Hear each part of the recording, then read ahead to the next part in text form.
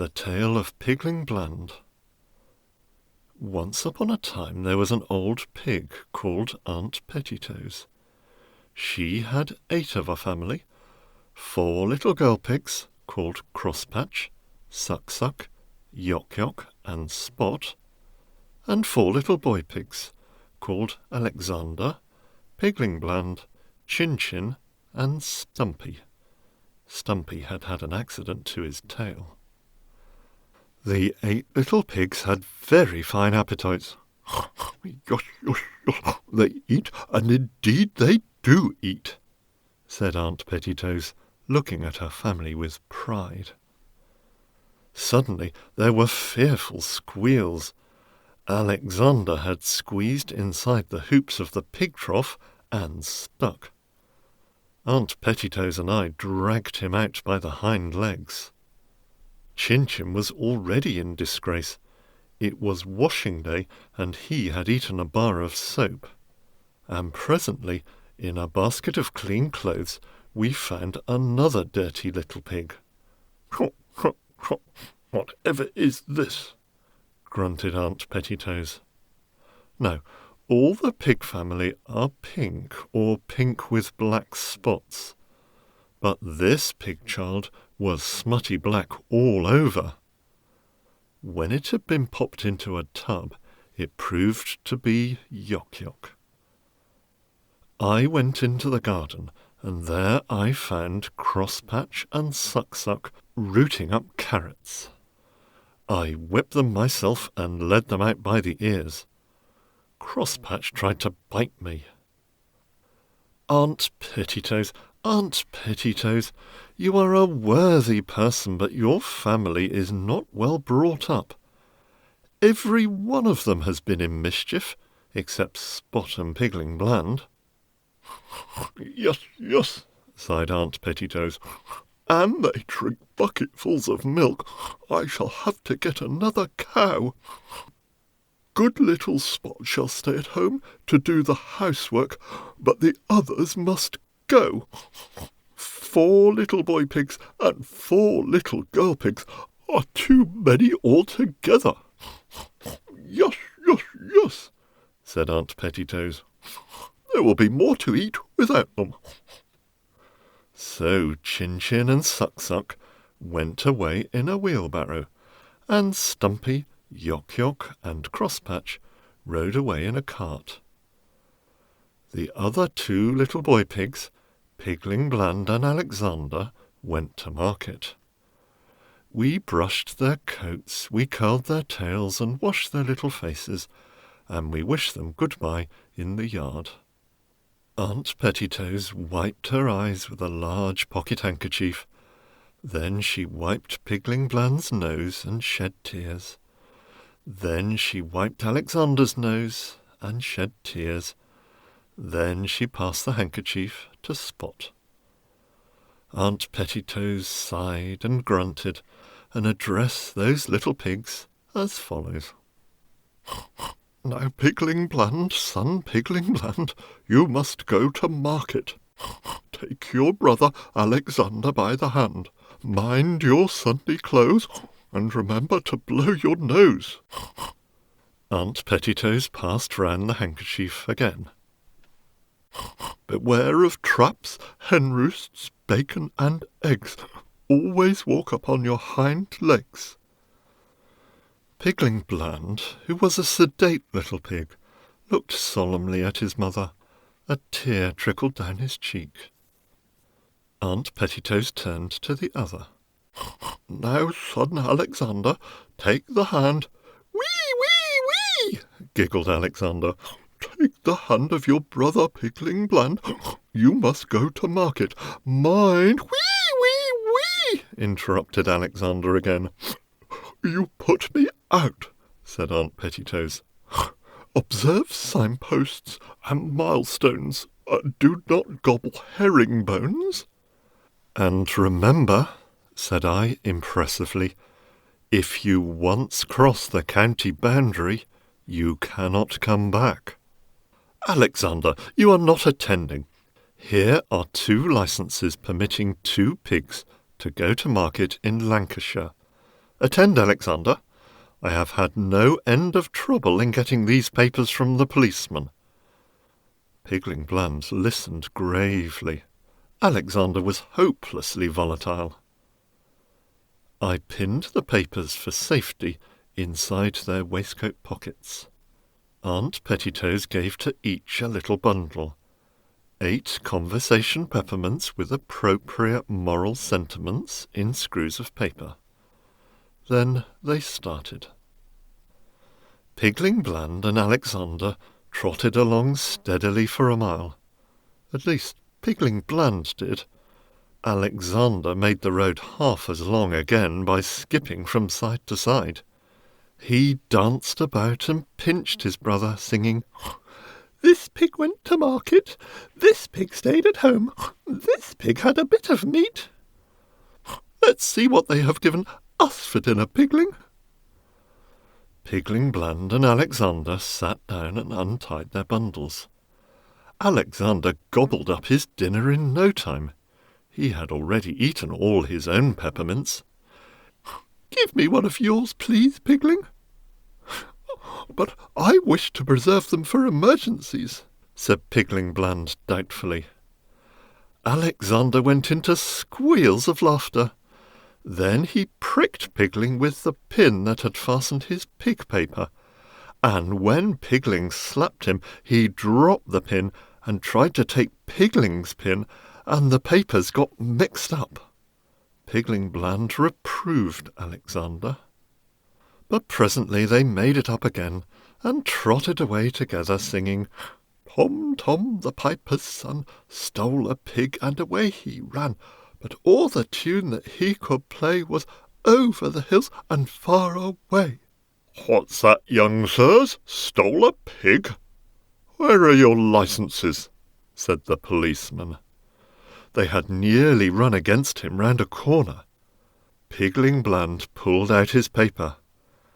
Alexander, after fumbling, handed over something scrumply. "To 2½ ounces conversation sweeties at 3 farthings? What's this? This ain't a licence." Alexander's nose lengthened visibly. He had lost it. "I had one, indeed I had, Mr. Policeman."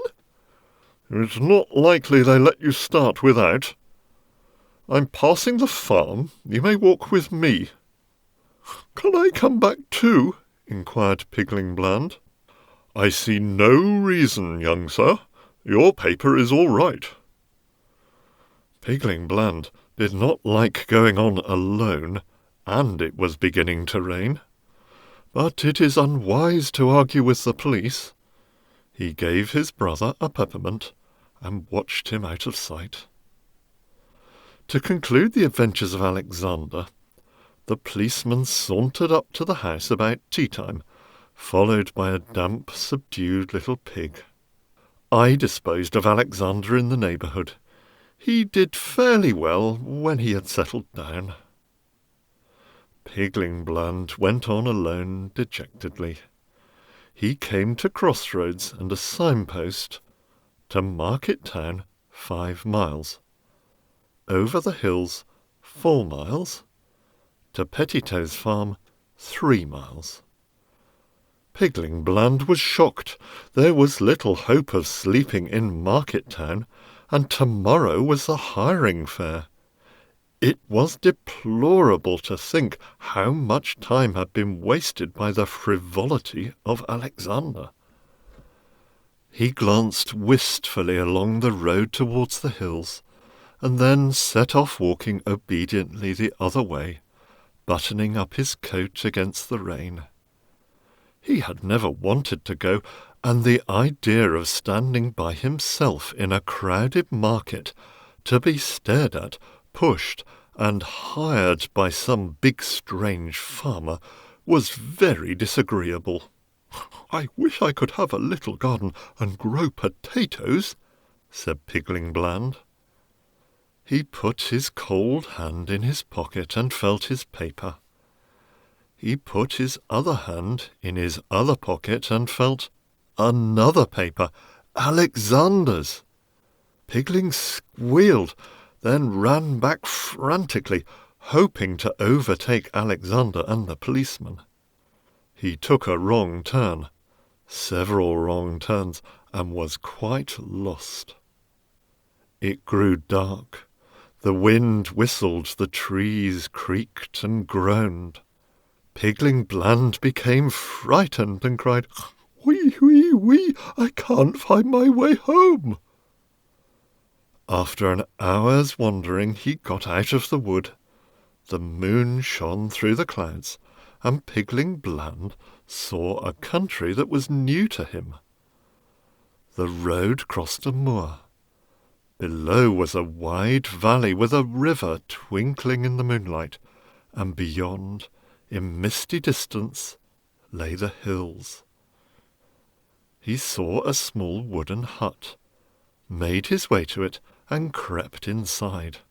"I'm afraid it is a hen-house, but what can I do?"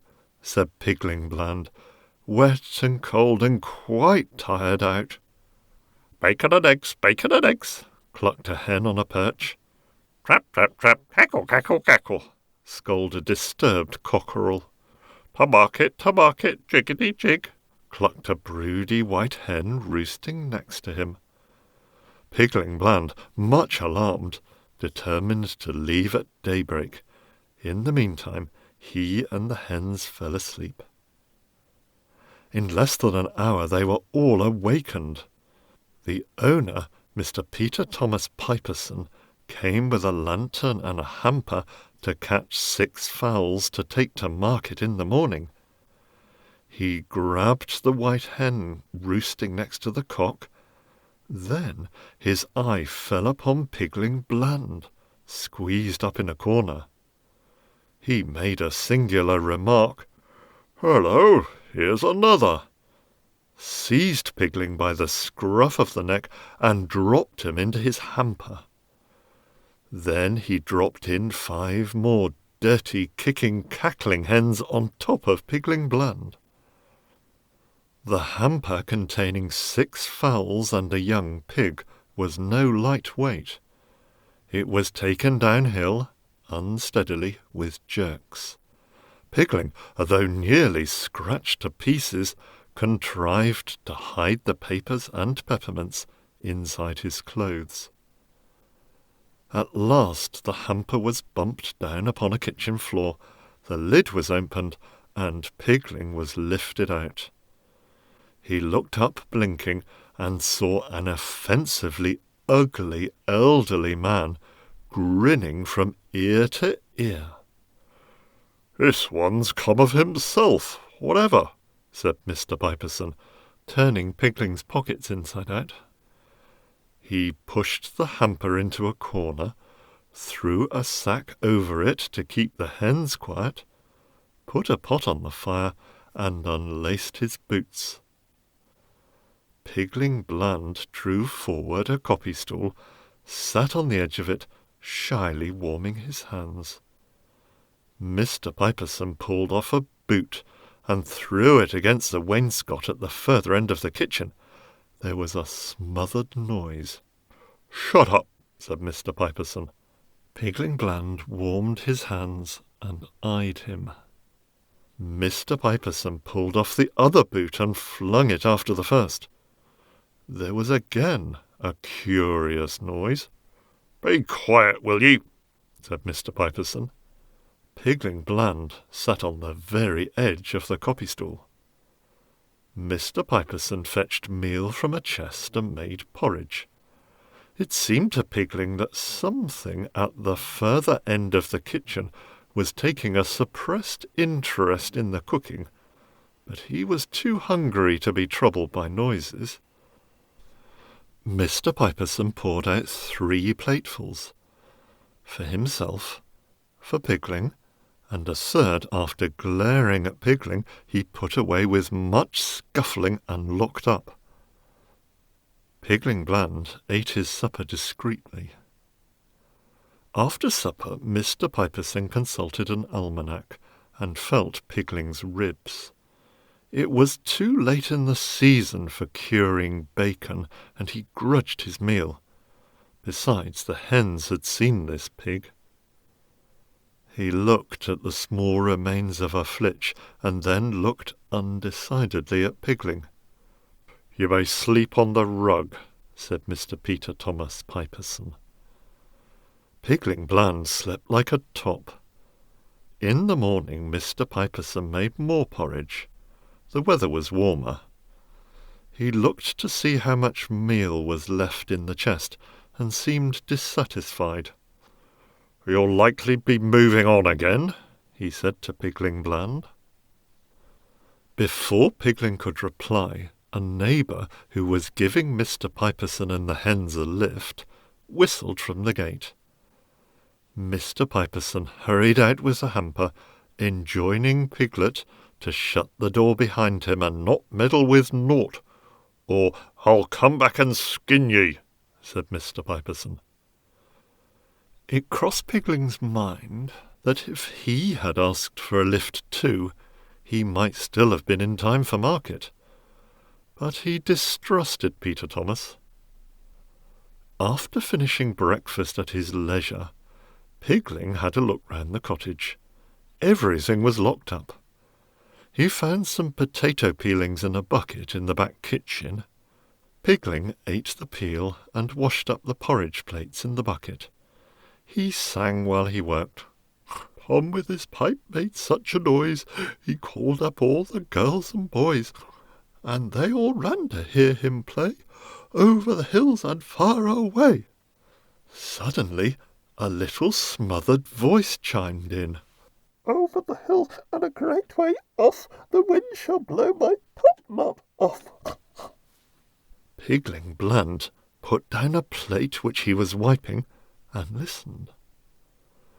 After a long pause, Pigling went on tiptoe and peered round the door in the front kitchen. There was nobody there. After another pause, Pigling approached the door of the locked cupboard, and snuffed at the keyhole. It was quite quiet. After another long pause, Pigling pushed a peppermint under the door. It was sucked in immediately. In the course of the day, Pigling pushed in all the remaining 6 peppermints.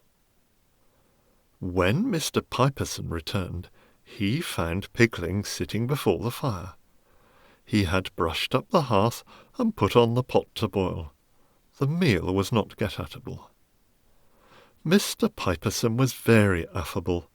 He slapped Pigling on the back, made lots of porridge, and forgot to lock the meal chest. He did lock the cupboard door, but without properly shutting it. He went to bed early, and told Pigling upon no account to disturb him next day before 12 o'clock. Pigling Bland sat by the fire eating his supper. All at once, at his elbow, a little voice spoke. "My name is Pigwig. Make me more porridge, please." Pigling Bland jumped and looked around. A perfectly lovely little black Berkshire pig stood smiling beside him. She had twinkly little screwed-up eyes, a double chin, and a short turned-up nose. She pointed at Pigling's plate. He hastily gave it to her and fled to the meal chest. "How did you come here?" asked Pigling Bland. "Stolen," replied Pigwig, with her mouth full. Pigling helped himself to meal without scruple. "What for?" "Bacon, hams," replied Pigwig cheerfully. "Why on earth don't you run away?" exclaimed the horrified Pigling. "I shall after supper," said Pigwig decidedly. Pigling Bland made more porridge and watched her shyly. She finished a second plate, got up and looked about her, as though she were going to start. "You can't go in the dark," said Pigling Bland. Pigwig looked anxious. "Do you know your way by daylight? I know we can see this little white house from the hills across the river. Which way are you going, Mr. Pig?" "To market. I have 2 pig papers. "I might take you to the bridge, if you have no objection," said Pigling, much confused and sitting on the edge of his copy-stool. Pigwig's gratitude was such, and she asked so many questions that it became embarrassing to Pigling Bland. He was obliged to shut his eyes and pretend to sleep. She became quiet, and there was a smell of peppermint. "I thought you had eaten them," said Pigling, waking suddenly. "Only the corners," replied Pigwig, studying the sentiments with much interest by the firelight. "I wish you wouldn't. He might smell them through the ceiling," said the alarmed Pigling. Pigwig put back the sticky peppermints into her pocket. "Sing something," she demanded. "I am sorry, I have toothache," said Pigling, much dismayed. "Then I will sing," replied Pigwig. "You will not mind if I say iddy-tiddity? I've forgotten some of the words." Pigling Bland made no objection. He sat with his eyes half shut and watched her. She wagged her head and rocked about, clapping time and singing in a sweet little grunty voice. "A funny old mother pig lived in a sty, and 3 little piggies had she. Tiddy-iddy-iddy, umph, umph, umph, and the pig said, wee, wee." She sang successfully through 3 or 4 verses, only at every verse her head nodded a little lower, and her little twinkly eyes closed up. "Those 3 little piggies grew peaky and lean they might very well be, for somehow they couldn't say umph, umph, umph, and they wouldn't say wee, wee, wee, for somehow they couldn't say—" Pigwig's head bobbed lower and lower until she rolled over, a little round ball, fast asleep on the hearth-rug. Pigling Bland, on tiptoe, covered her up with an antimacassar. He was afraid to go to sleep himself. For the rest of the night he sat listening to the chirping of the crickets and to the snores of Mr. Piperson overhead. Early in the morning, between dark and daylight, Pigling tied up his little bundle and woke up Pigwig. She was excited and half frightened. "But it's dark. How can we find our way?" "The cock has crowed. We must start before the hens come out. They might shout to Mr. Piperson." Pigwig sat down again and commenced to cry. "Come away, Pigwig. We can see when we get used to it. Come, I can hear them clucking." Pigling had never said shoo to a hen in his life, being peaceable. Also, he remembered the hamper. He opened the house door quietly and shut it after them. There was no garden. The neighbourhood of Mr. Piperson's was all scratched up by fowls. They slipped away hand in hand across an untidy field to the road. The sun rose while they were crossing the moor, a dazzle of light over the tops of the hills. The sunshine crept down the slopes into the peaceful green valleys, where little white cottages nestled in gardens and orchards. "That's Westmoreland," said Pigwig. She dropped Pigling's hand and commenced to dance, singing, "Tom, Tom, the piper's son, stole a pig and away he ran, but all the tune that he could play was over the hills and far away. Come, Pigwig, we must get to the bridge before folks are stirring." "Why do you want to go to market, Pigling?" inquired Pigwig presently. "I don't. I want to grow potatoes." "Have a peppermint," said Pigwig. Pigling Bland refused quite crossly. "Does your poor toothy hurt?" inquired Pigwig.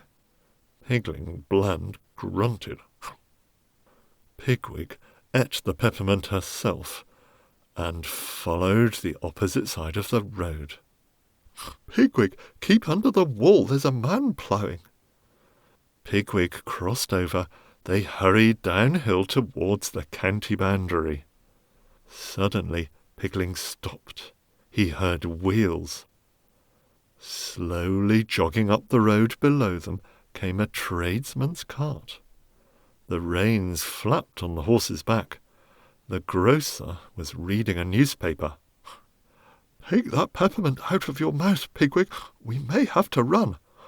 Don't say one word. Leave it to me." "And inside of the bridge," said poor Pigling, nearly crying. He began to walk frightfully lame, holding Pigwig's arm. The grocer, intent upon his newspaper, might have passed them if his horse had not shied and snorted. He pulled the cart crossways and held the whip. "Hullo, where are you going to?" Pigling Bland stared at him vacantly. "Are you deaf? Are you going to market?" Pigling nodded slowly. "I thought as much. It was yesterday. Show me your licence." Pigling stared at the off-hind shoe of the grocer's horse, which had picked up a stone. The grocer flicked his whip. "Papers, pig licence?" Pigling fumbled in all his pockets and handed up the papers. The grocer read them, but still seemed dissatisfied. "This here pig is a young lady. Is her name Alexander?" Pigwig opened her mouth and shut it again. Pigling coughed asthmatically. The grocer ran his finger down the advertisement column of his newspaper. Lost, stolen, or strayed, 10 shillings reward. He looked suspiciously at Pigwig. Then he stood up in the trap and whistled for the ploughman. "You wait here while I drive on and speak to him," said the grocer, gathering up the reins. He knew that pigs are slippery, but surely such a very lame pig could never run. "Not yet, Pigwig. He will look back." The grocer did so. He saw the 2 pigs stock still in the middle of the road. Then he looked over at his horse's heels. It was lame also. The stone took some time to knock out after he got to the ploughman. "Now, Pigwig, now!" said Pigling Bland. Never did any pigs run as those pigs ran. They raced and squealed and pelted down the long white hill towards the bridge. Little fat Pigwig's petticoats fluttered, and her feet went pitter-patter-pitter as she bounded and jumped. They ran, and they ran, and they ran down the hill, and across a short cut on level green turf at the bottom, between pebble beds and rushes. They came to the river, they came to the bridge, they crossed it hand in hand. Then over the hills and far away she danced with Pigling Bland. End of The Tale of Pigling Bland by Beatrix Potter.